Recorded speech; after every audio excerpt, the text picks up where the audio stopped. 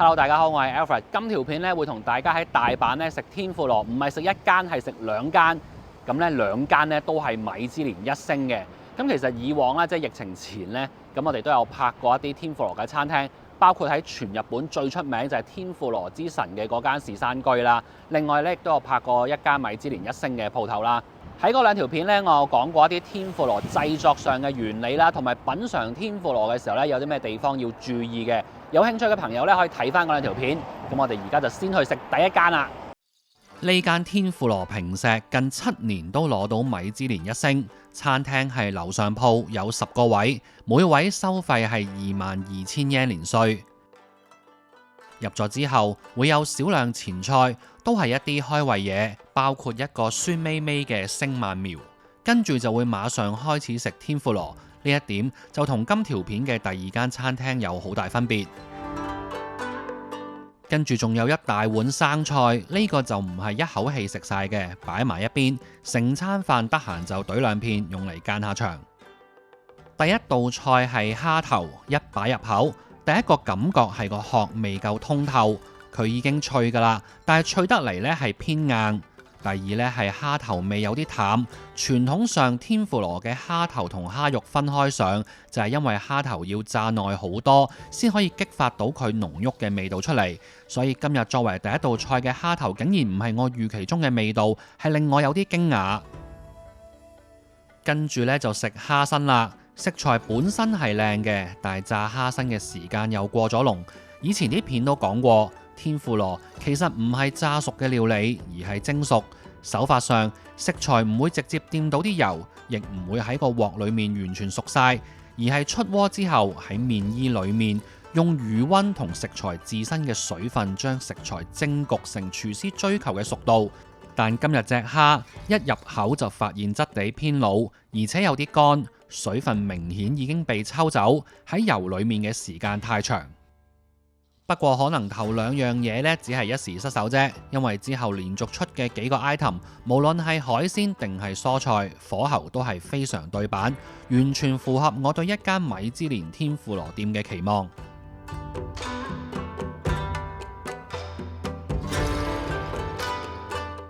跟住呢一嚿呢，係呢度嘅招牌菜天婦羅魚翅。因為環保原因，我平時係唔食翅嘅，但今餐呢都係omakase，唔係逐道菜點，所以就破例啦。以食論食，麻油味同海味嘅味道，炸過嘅麵衣同本身爽口嘅魚翅，匹配度係好高嘅。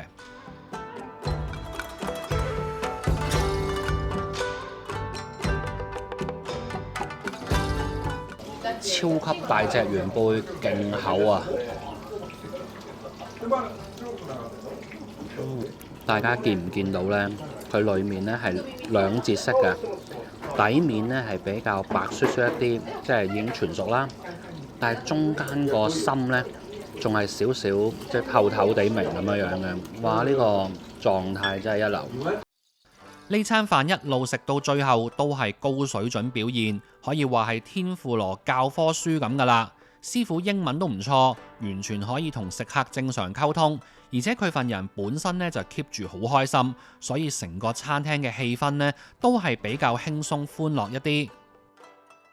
今餐飯呢就嚟到尾聲啦，咁呢其實佢最後呢就會有個主食嘅，咁啊有3個選擇。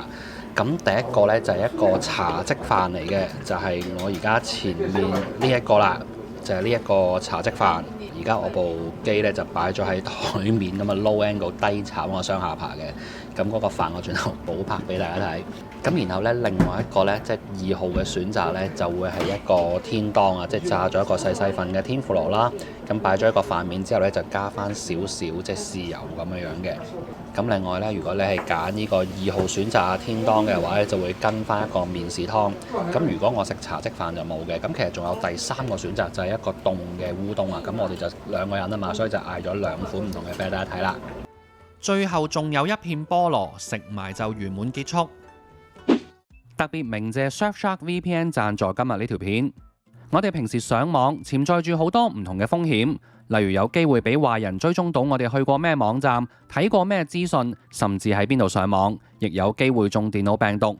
而 VPN 就可以降低以上情況嘅風險，上網就安全好多啦。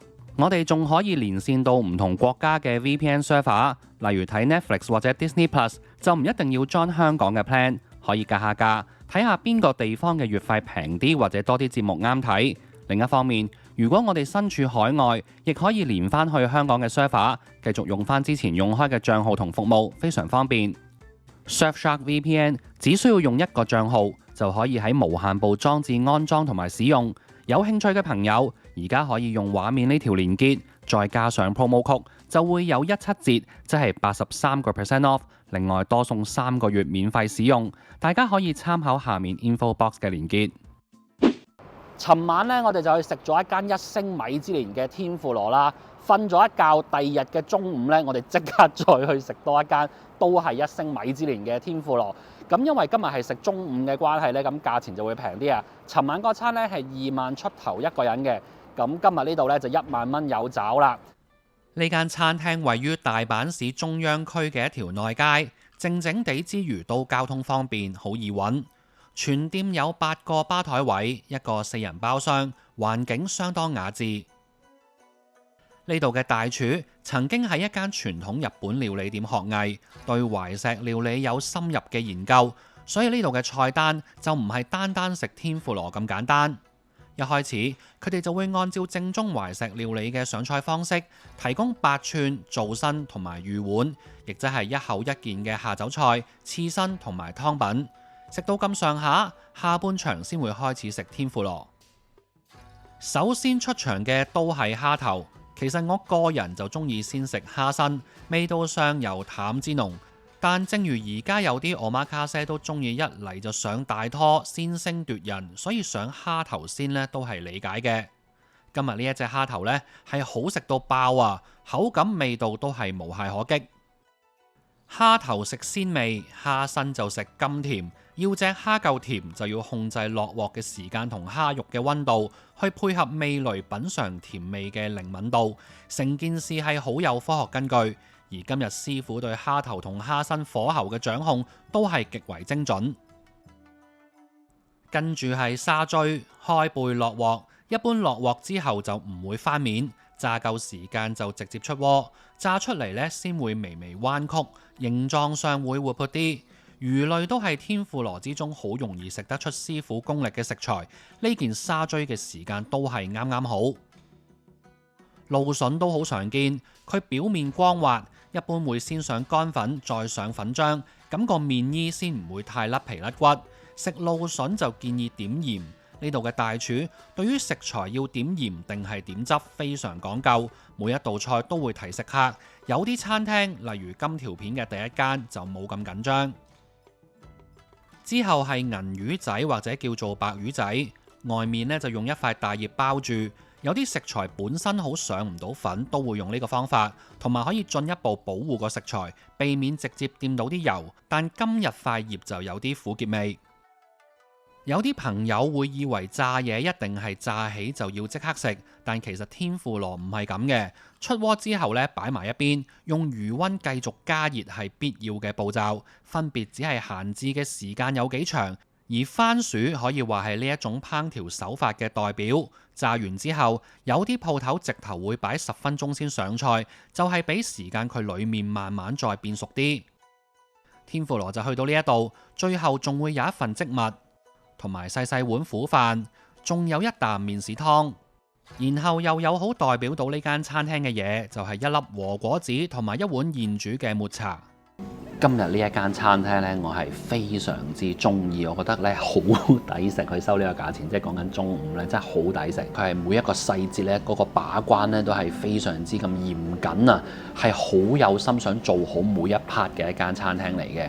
相比於金條片拍嘅第一間餐廳呢，佢嗰個用餐氣氛呢就冇咁輕鬆，冇咁歡樂，冇咁熱鬧咁樣。相反呢，你會覺得成個體驗呢係優雅好多、精緻好多嘅。